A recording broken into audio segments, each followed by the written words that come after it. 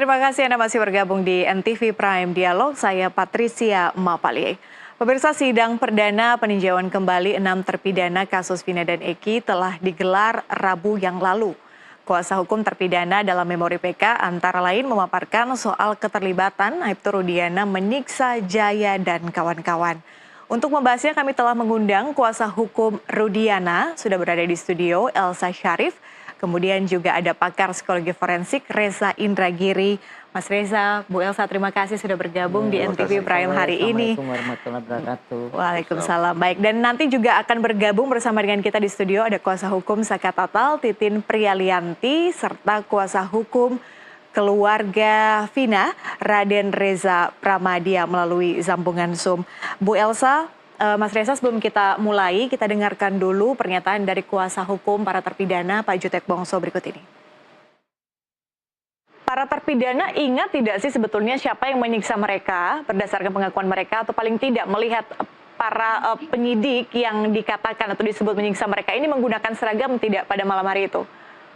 Jadi menurut pengakuan mereka, di PK kemarin kami sebut ada 3 nama ya. 3 nama itu salah satunya Rudiana. Jelas itu di dalam memori PK kami sebutkan kemarin. Ya, nah, itu ada nama Rudiana berdasarkan pengakuan yang ikut menyiksa. terpidana. Ikut menyiksa, itu dari mobil, ya dari mobil itu dari depan SMP 11 sampai di Polres apa yang dilakukan berikut dengan 2 anak buah Rudiana. Disebutkan namanya saya lupa ya. Itu ada di memori PK kami ya. Itu kami sudah sebutkan berdasarkan pengakuan. Dan juga mereka kami sudah cross check dan makanya kami masukkan dalam memori PK kami. Dan kita lihat kalau yang lain tadi ditanya apakah ada yang berseragam atau yang tidak berseragam, dan itulah di dalam memori PK kami katakan karena begitu banyak yang menyiksa mereka, kami katakan seringkali para penyidik ini memakai tangan orang lain, entah penjaga, entah antar tahanan lain, entah apa. Tapi kami sudah cek antar tahanan tidak ada yang menyiksa mereka, ini murni para penyidik saat itu. Baik, Bu Elsa, Mas Reza, itu adalah hasil dialog saya kemarin, tepatnya dengan Pak Jutek dan juga Pak Susno Duaji, dan saya mungkin langsung akan berikan kesempatan kepada Bu Elsa untuk kemudian menanggapi ini. Apa yang ingin Anda luruskan?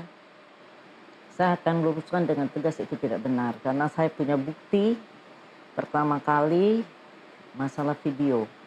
Dan video itu pernah diputar di persidangan. Ya. Video apa, Bu? Video tentang pengakuan Jaya itu pertama kali sebelum dilakukan BAP. Itu ada. Dan mana Jaya itu membujuk siapa ya, lupa namanya itu. Dan itu diputar di pengadilan. Jadi saya nggak ngerti kalau yang ikut sidang kok jadi lupa semua. Itu video ada di tangan saya. Terus kemudian setelah diserahkan, waktu penyerahan itu mereka difoto semua. Fotonya ada, berita acaranya ada, dan mereka dalam keadaan bersih, tidak ada pemukulan. Mohon maaf, Bu, penyerahan dari siapa ke siapa? Dari tim yang mengamankan itu. Menangkap? Mengamankan. Karena ada berita, ada sprindik-nya ya. Itu pengamanan saja, karena masih lidik. Jadi dia bukan penyidik.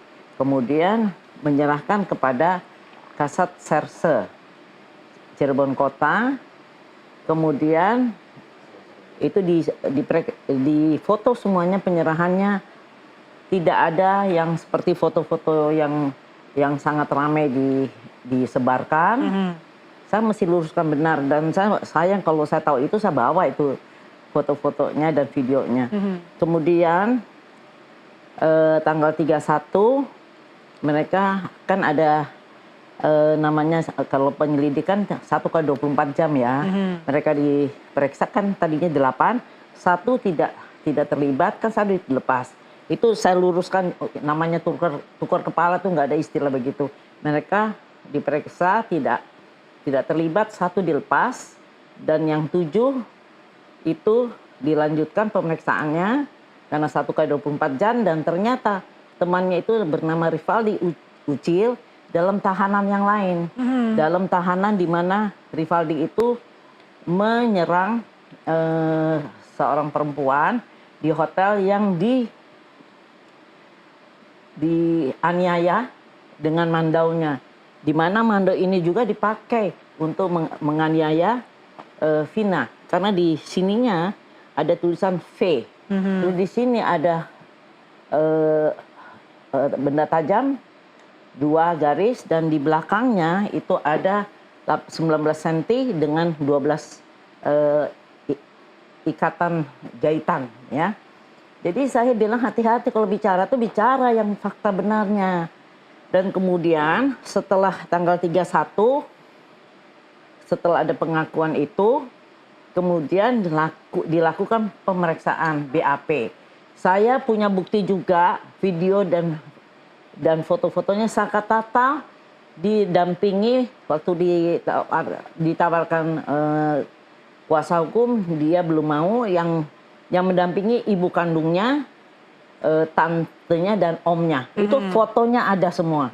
Jadi saya aneh juga kalau mereka lupakan itu. Sudah itu tanggal 1 itu semua diperiksa, ada fotonya semua.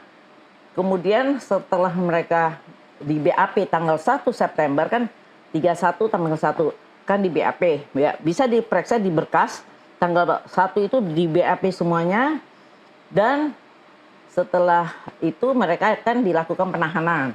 Sebelum dilakukan penahanan itu ada videonya, ada fotonya, mereka dibuka baju, kan rata-rata semua bertato. Hanya Saka Tatal yang tidak diperiksa semuanya, tidak ada bekas-bekas pemukulan, penyiksaan, semuanya diperiksa total. Kemudian barulah dimasukin tahanan. Waktu dimasukkan tahanan itu udah menjelang tanggal 2 ya, ke sekitar jam ya mungkin jam 1 atau jam 2 semuanya. Nah, pagi-pagi baru mereka, penjaga ini memang dianggap di kelalaian.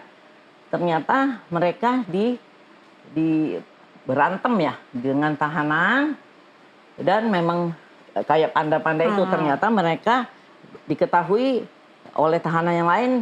Itu udah suatu tradisi ya, jika tahanan mendengar adanya pemerkosaan pasti disiksa.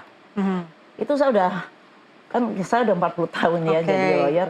Setiap tahanan yang ada melakukan pemerkosaan pasti dihajar sama tahanan lain. Oke, sebelum lanjut di situ. Dan kemudian kalau tahanan karena saya membunuh orang malah dihormati, tapi tahanan pemerkosaan pasti disiksa.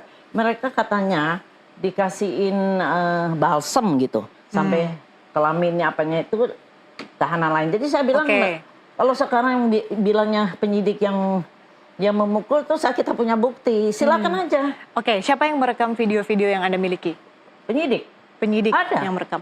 Kemarin Pak Jutek mengatakan kepada saya dan juga pemirsa bahwa tidak ada keterlibatan terpidana lain dan hanya murni itu dari dia penyidik. Sendiri ada nggak pada saat itu? Kalau saya juga nggak ada, tapi saya bisa membuktikan dengan semua video dan foto.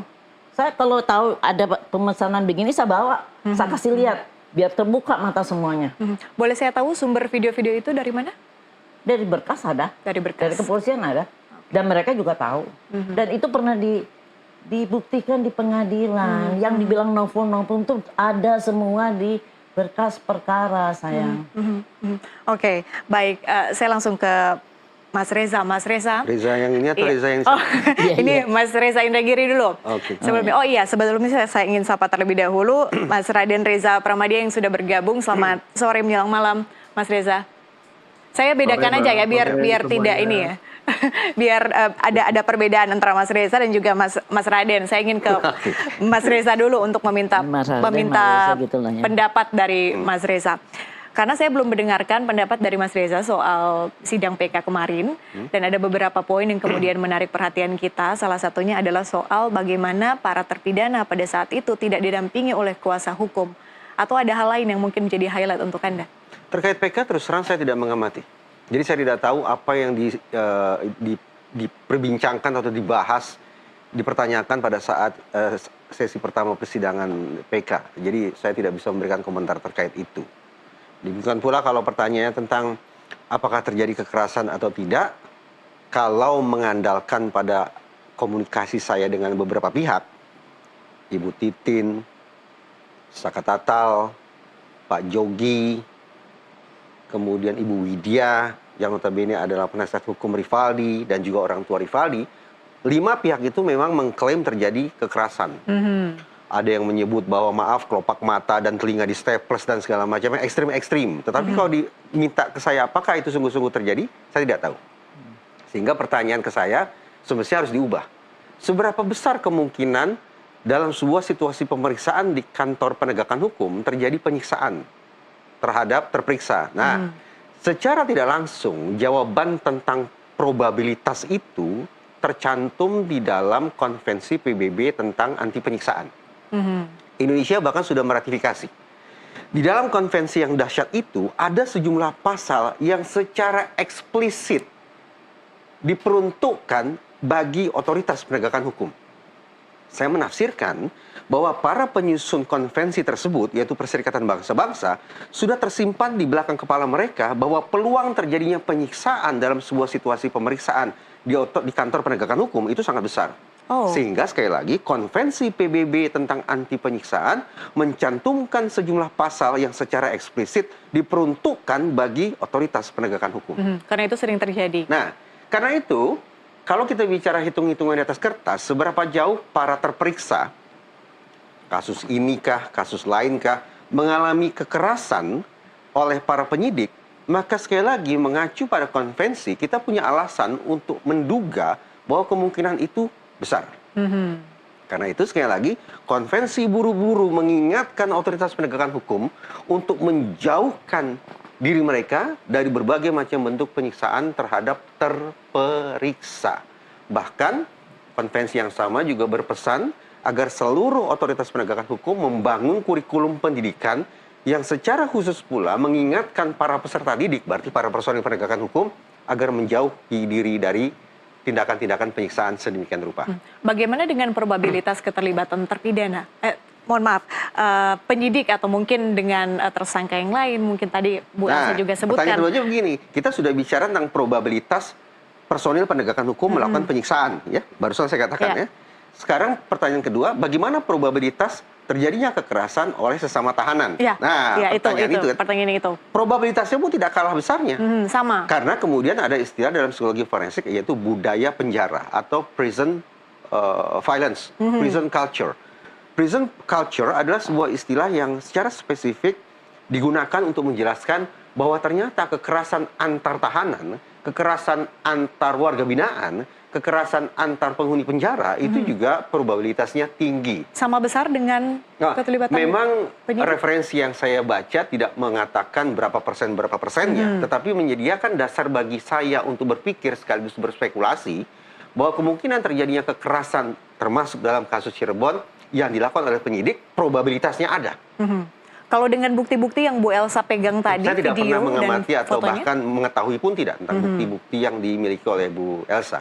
Sehingga acuan berpikir saya bukan pada bukti rekaman, bukan pada foto, bukan pada video, tapi sekali lagi dasar berpikir saya adalah komunikasi saya dengan 5 orang yang tadi saya sebut dan referensi berupa dokumen-dokumen internasional atau riset-riset internasional. Berarti kalau bisa dikatakan probabilitasnya 50-50 terjadi kekerasan atau tidak? Ya, bolehlah dikatakan demikian. Artinya, saya tidak akan tutup mata terhadap kemungkinan bahwa foto para tersangka, waktu itu tersangka Cirebon babak belur, itu merupakan akibat perbuatan personil penegakan hukum selama mereka diperiksa, kemungkinan itu ada. Demikian pula, apakah foto-foto itu mempertontonkan wajah para tersangka yang tersiksa akibat perbuatan sesama tahanan? Kemungkinan itu pun ada. Kalau kemungkinan para terpidana itu pada saat itu tersangka saling pukul, kemungkinan itu? Apa urusannya mereka saling pukul satu sama lain? Saya tidak melihat ada. Saya tidak memiliki dasar untuk berpikir sampai berspekulasi sedemikian rupa. Jadi kemungkinan spekulasinya hanya 2, yaitu wajah babak belur sedemikian rupa adalah akibat dari penyiksaan yang dilakukan oleh personil penegakan hukum dan juga kemungkinan dari sesama tahanan. Oke, saya ingin beralih dulu ke Mas Raden. Mas Raden mencermati PK yang sudah berjalan, sudah ada PK Saka Tatal yang sudah selesai tapi masih menunggu bagaimana keputusannya. Kemudian PK 6 terpidana, kemudian nanti akan ada PK Sudirman. Bagaimana keluarga Vina memantau pergerakan dari kasus kematian Vina dan juga Eki pada tahun 2016?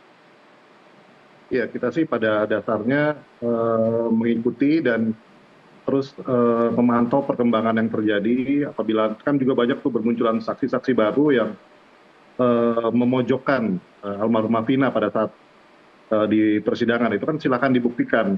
Karena di sini juga pihak keluarga merasa dirugikan dengan kesaksian-kesaksian yang menyudutkan gitu, Mbak. Jadi kita berharap nanti hasil dari pengadilan itu bisa fair, dan pasti kita juga akan menerima keputusan dari pengadilan hasil nanti dari peninjauan kembali. Mas Raden, menyudutkan siapa di sini? Karena kan memang semua pihak ini mencari keadilan. Iya, dalam arti banyak kesaksian-kesaksian seperti contohnya teman-teman almarhumah Vina menyudutkan kalau Vina seperti ini, seperti itu kan sangat menyudutkan tanpa bisa kita membela diri, karena kan sudah tidak ada juga kan gitu kan. Jadi ya intinya apapun nanti hasilnya itu ya bisa dipertanggungjawabkan. Karena kan sangat menyudutkan pihak keluarga itu kan. Jadi akhirnya banyak omongan-omongan yang nggak bagus nantinya kan. Oke. Mas Raden, oke, masih terhubung. Bagaimana dengan bukti-bukti percakapan Vina dan juga teman-temannya yang kemudian beredar juga di media sosial? Iya, bukti-bukti percakapan itu kan memang... Atau ekstraksi data? Iya, kita kan memang tidak menerimanya ya, karena pada saat kejadian, menurut kakak almarhumah itu menerima handphone itu kan dalam keadaan sudah banyak data yang terhapus ya. Hanya ditinggal beberapa kontak saja mungkin dari pihak keluarga. Jadi kan isinya apa kan memang silakan dibuktikan nanti di pengadilan apapun itu isi percakapan, karena pihak keluarga sama sekali tidak mengetahui. Oke. Apakah keyakinan keluarga sampai dengan saat ini Vina itu dibunuh dan bukan kecelakaan? Jadi kita itu kan sebagai warga negara Indonesia yang taat hukum, sampai saat ini kita meyakini bahwa almarhumah itu memang dibunuh berdasarkan dari putusan pengadilan yang sudah inkrah. Dan berdasarkan banyak bukti-bukti yang diceritakan keluarga almarhumah kepada kami, memang kalau dibilang itu laka lantas tunggal ya tidak seperti kecelakaan gitu. Dari mulai jasadnya segala macam itu kan dari mulai motornya tidak seperti korban kecelakaan gitu. Tapi kalau berdasarkan keterangan dari saksi-saksi baru yang kemudian lebih condong kepada ini adalah kecelakaan dan bukan pembunuhan, bagaimana keluarga menanggapi ini? Ya, kami pihak keluarga seperti yang tadi saya bilang, kita apapun nanti keputusannya, karena biar gimana pun kita menyerahkan seluruhnya ke pihak pengadilan, nanti keputusan akhirnya seperti apa kita pasti akan menerimanya. Karena dari awal juga kita kasus ini kan semua ditangani oleh Pak Rudiana pada saat itu. Oke, menghargai setiap proses. Kita harus jeda terlebih dahulu. Kita akan kembali usai jeda. Pemirsa tetaplah bersama kami. NTV Prime Dialog akan kembali usai jeda.